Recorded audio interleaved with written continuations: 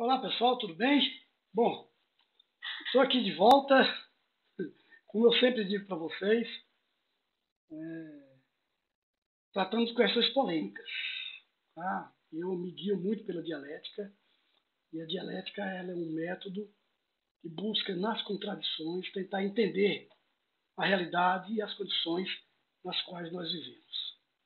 Mas antes de entrar propriamente na discussão que eu pretendo fazer aqui, eu peço que vocês, se não se inscreveram ainda, se inscrevam no meu canal, deem um like, claro, nesse vídeo, caso vocês gostem, para que nós possamos ter mais visibilidade, né, nesse ambiente que hoje tem sido cada vez mais ocupado por todos os segmentos. Né? Então, nós precisamos também nos fazer ouvir na nossa indignação e na nossa forma de enxergar e de interpretar o mundo. Eu identifiquei ou denominei essa minha conversa aqui, que já está publicado no meu blog Gramática do Mundo, como o mito de Sísifo e o compadecimento em contraposição à razão, à indignação e à revolta social. Eu creio que no desenrolar da nossa conversa aqui vocês vão entender porque eu trato dessa história mitológica, né? Que eu já, inclusive, abordei em outras publicações que eu fiz no meu blog, né? Referente exatamente a essa punição recebida por Sísifo por ter se contraposto aos deuses. E eu começo exatamente essa conversa com uma frase muito paradigmática e muito conhecida de Dom Helder Câmara, por algum tempo visto como um bispo conservador, mas ao longo do seu envolvimento nas questões sociais, ele foi gradativamente assumindo uma posição progressista e, evidentemente, sendo atacado e combatido exatamente por isso. E ele nos legou uma frase muito marcante, que é exatamente a que eu começo essa conversa nossa. Ele disse, abre aspas, se dou pão aos pobres, todos me chamam de santo. Se mostro porque pobres não têm pão, me chamo de comunista e subversivo. Fecha aspas. E é com essa introdução que eu quero voltar a falar sobre solidariedade. Eu já tratei disso aqui de forma mais ampla quando me referi a empatia, simpatia, cooperação e solidarismo. Vocês podem ver isso em vídeos que eu publiquei tempos atrás, aqui nesse mesmo canal. Mas dessa vez eu venho falar com uma verve mais afiada.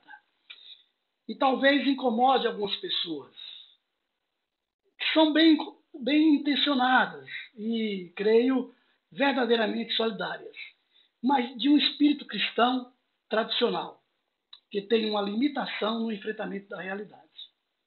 Não é por acaso que eu começo exatamente essa conversa com a frase do então arcebispo de Recife, Dom Helder Câmara. Essa é a questão. Se habituar a oferecer esmolas, como na tradição que perdura séculos, isso mais como uma prática das camadas mais pobres das sociedades ou da classe média, ou tornar-se um filantropo, nome pomposo, para basicamente a mesma ação, só que das camadas mais ricas, daqueles que possuem muito dinheiro. Embora seja um ato que possa demonstrar empatia, se constitui muito mais como um desencargo de consciência. Ou, no caso dos ricos, puro marketing, que em parte lhe é devolvido pelo bondoso Estado, por meio da restituição do imposto de renda. Um Estado bondoso para os ricos, naturalmente. Mesmo sendo uma prática solidária, e na maioria dos casos praticadas por pessoas que têm sensibilidade frente a uma realidade perversa, portanto de boa vontade, e absolutamente necessária, devido às condições de miséria que vive boa parte da população, ela não garante uma transformação na vida dessas pessoas de forma a conduzi-la ou conduzi-las por caminhos que a liberte da pobreza crônica. Ora, eu não pretendo propor que, diante dessas circunstâncias de pobreza e miséria crescente, deixemos de compartilhar com essa parte excluída da sociedade um mínimo de doações, que seja, para que ajude essas pessoas a sobreviver. Mas não irá nos salvar nem o doador, nem a nós que fazemos essa doação, e muito menos a quem recebe, o recebedor. Só manterá os que assim procedem, com todas as boas vontades, como no mito de Sísifo da mitologia, condenado a rolar morro acima uma enorme pedra que, ao chegar no topo, irá desabar ladeira abaixo. E Sísifo, assim, foi condenado a passar o resto de sua vida nesse estranho devir, por ter ousado desafiar os deuses. Mas essa história, ou fábula mítica, foi melhor apregoada por Albert Camus, nascido em 1930 e falecido em 1960, que foi um escritor de origem argelina e que viveu na França, para dessa forma, nesse escrito dele sobre o mito de Sísifo, se referir à sociedade contemporânea. Na época, em pleno transcurso da Segunda Guerra Mundial. Por suas obras, expressadas pelo existencialismo, ele busca abordar os absurdos existentes, que geram anseios e nos coloca diante de uma abissal relação entre felicidade e sofrimento, no que ele vai chamar de estética do absurdo.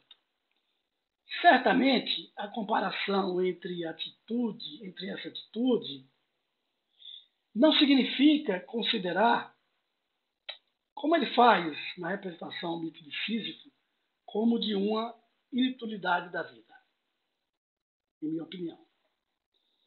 Mas sim de se buscar uma resposta para qual sentido disso tudo. Será que existe, já que optamos por continuar a viver? Essa normalização do sofrimento, a aceitação da perversidade social e a idolatria aos que no sofrimento são reconhecidos como heróis ou heroínas por sobreviver. Isso nos faz bem? Não será isso muito pouco quando olhamos em volta e no giro do mundo verificamos a existência de bilhões de miseráveis, enquanto poucas centenas de indivíduos controlam uma imensidão de riqueza e esnobam cotidianamente isso? Então, se nos compadecemos com a situação perversa em que milhões de pessoas vivem, num antagonismo absurdo e absolutamente desigual e revoltante, com uma minoria de privilegiados que controlam a grande maioria da riqueza do mundo, por que se criminalizam aqueles que bradam contra esses absurdos e essas desigualdades, vistos como subversivos ou pejorativamente como comunistas? Embora ser comunista signifique exatamente a essência da não aceitação dessas desigualdades. Por que não se apoiar impostos sobre fortunas? Em muitos casos, essas fortunas adquiridas de maneira criminosa, ou sem que se invista em algo produtivo que possa gerar distribuição de rendas. Por que muitos recusam? Isso já existe em alguns países, impostos sobre heranças, de forma a que o Estado distribua esses recursos para investir em programas sociais voltados para tirar as pessoas da miséria, embora não se deva mantê-las permanentemente nessa dependência. Eu vejo nesses dias de tormentos, de sofrimentos, isso é demonstrado por estatísticas, um aumento acelerado da miséria. E na outra ponta, os bilionários se tornando mais ricos. No patamar de baixo desse sistema absurdamente desigual e injusto, a correria para conter o desespero e ajudar os que estão desempregados pelo Estado, desamparados por esse Estado e ignorados pela perversão burguesa da lógica gananciosa e usurária capitalista. Não adianta insistir nos pacotes solidários e inserir neles livretos religiosos, como observei em reportagens sensacionalistas, televisivas, que flertam com a fragilidade daquelas pessoas absolutamente despossuídas. Isso não vai salvar essas pessoas do inferno em que vivem aqui na Terra, nem as incentivará a lutar e se rebelar contra essa condição de miséria em que foram metidos pelos mecanismos que fazem girar a roda do sistema capitalista. Ao contrário, só as manterá submissas, lenientes, obedientes e crentes de que aquela condição se deve a uma possível incapacidade meritocrática, ou ao desígnio, sabe-se lá, de qual Deus perverso que beneficia poucos em detrimento de muitos. Nós devemos sim ser solidários, termos empatia e nos ombrearmos com quem deseja amenizar o sofrimento dessas pessoas. Mas se queremos que tal situação não seja normal e que não tenhamos a cada ano que repetir ações de solidariedade por meio de doação de parcos, mantimentos, para sobreviver um dia de cada vez, que botemos no pacote graus elevados de consciência política, de capacidade de discernimento da realidade, de olhares críticos e, principalmente, de indignação. Revolta. Sentimento de poder se bater de frente contra aqueles que controlam esse sistema injusto e que os leve, na conjunção desses sentimentos, a se organizarem, como em muitos outros momentos da história aconteceram, e resgatarem suas dignidades e direitos na vontade, na luta, certos de que não há muito a perder em suas vidas, e que a maioria só tem mesmo a perder as suas cadeias. As pessoas não devem viver de esmolas. Isso lhes corrompe a dignidade, as transforma em objetos, as desumanizam. Como canta Caetano Veloso em uma de suas músicas, gente quer comer, gente quer ser feliz, gente quer respirar ar pelo nariz, gente lavando roupa, amassando pão, gente pobre arrancando a vida com a mão. Mas gente é para brilhar, não para morrer de fome. No entanto, se nos apresentamos como indignados com essa situação, que deveria gerar revolta coletiva, de imediato surgem os mecanismos ideológicos que criminalizam quem assim se sente e deseja mudar. Nos indaguemos. Por que é perigoso lutar pelo bem comum?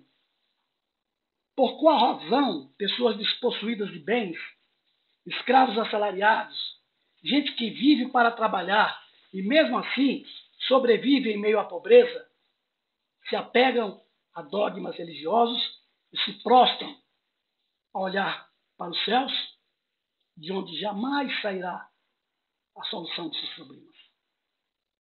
E por que reagem negativamente há um clamor por se opor firmemente aos que lhes exploram. Porque assim foram condicionados pelo aparato jurídico, religioso, midiático e repressivo, que os manipulam a favor dos interesses de quem domina meios de produção e o dinheiro.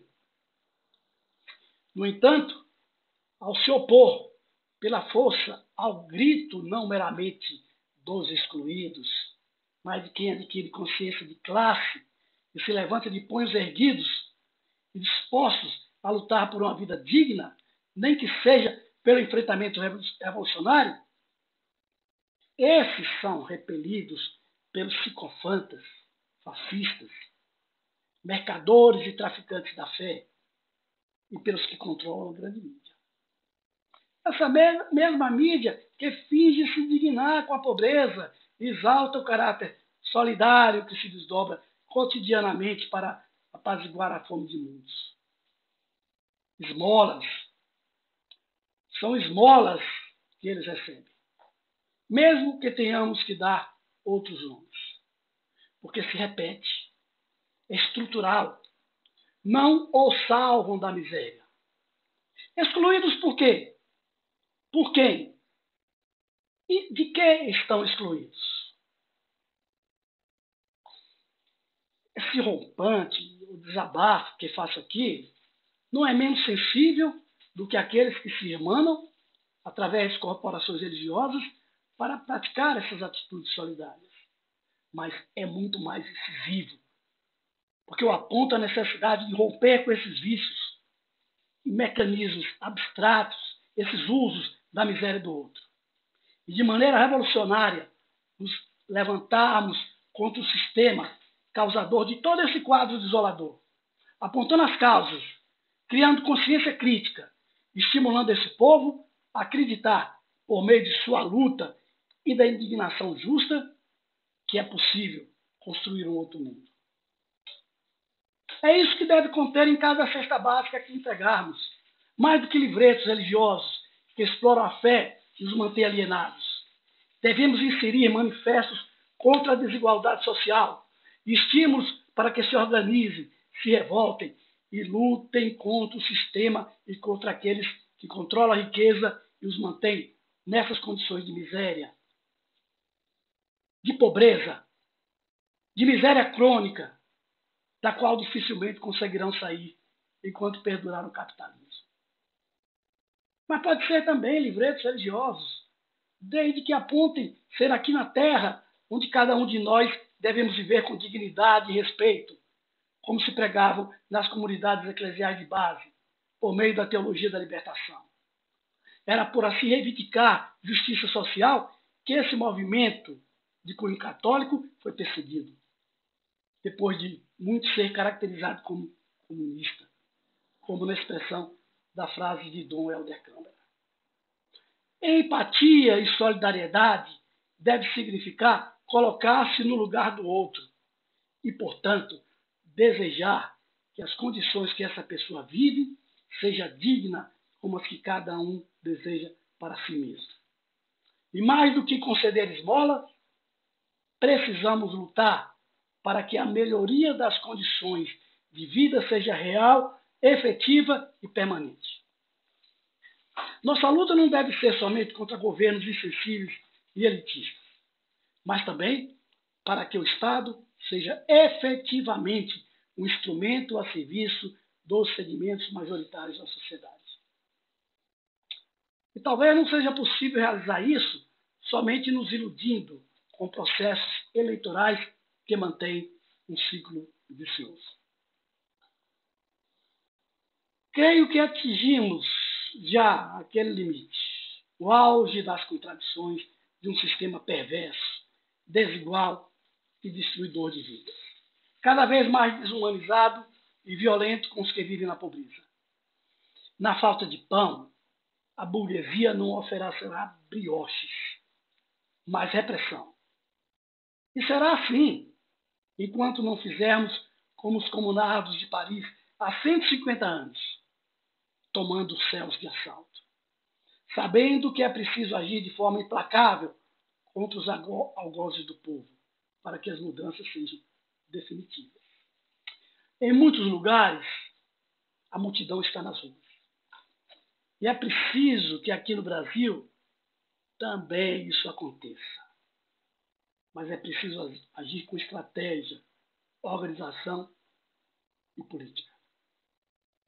Se assim for, a força do povo será incontrolável e poderemos gritar basta de injustiça e de miséria. Gritar, agir e lutar. Não somente nos indignar e nos aquietar. Vamos à luta. Já é passado o momento. Vamos às ruas. É lá que nós vamos garantir as transformações sociais que nós precisamos. Apesar e para além da pandemia, precisamos combater o bom combate com afinco, com determinação, mas com a multidão nas ruas de forma organizada. Assim nós conseguiremos atingir um outro patamar na história da humanidade. Namastê. É isso. O Deus que está em mim saúda o Deus que está em você. E todos nós, os nossos deuses, emanados por justiça social, precisamos ir à luta. Mesmo assim, se cuidem. Temos que sobreviver para lutar contra o fascismo que se impõe e que está no poder. Um forte abraço e até mais ver.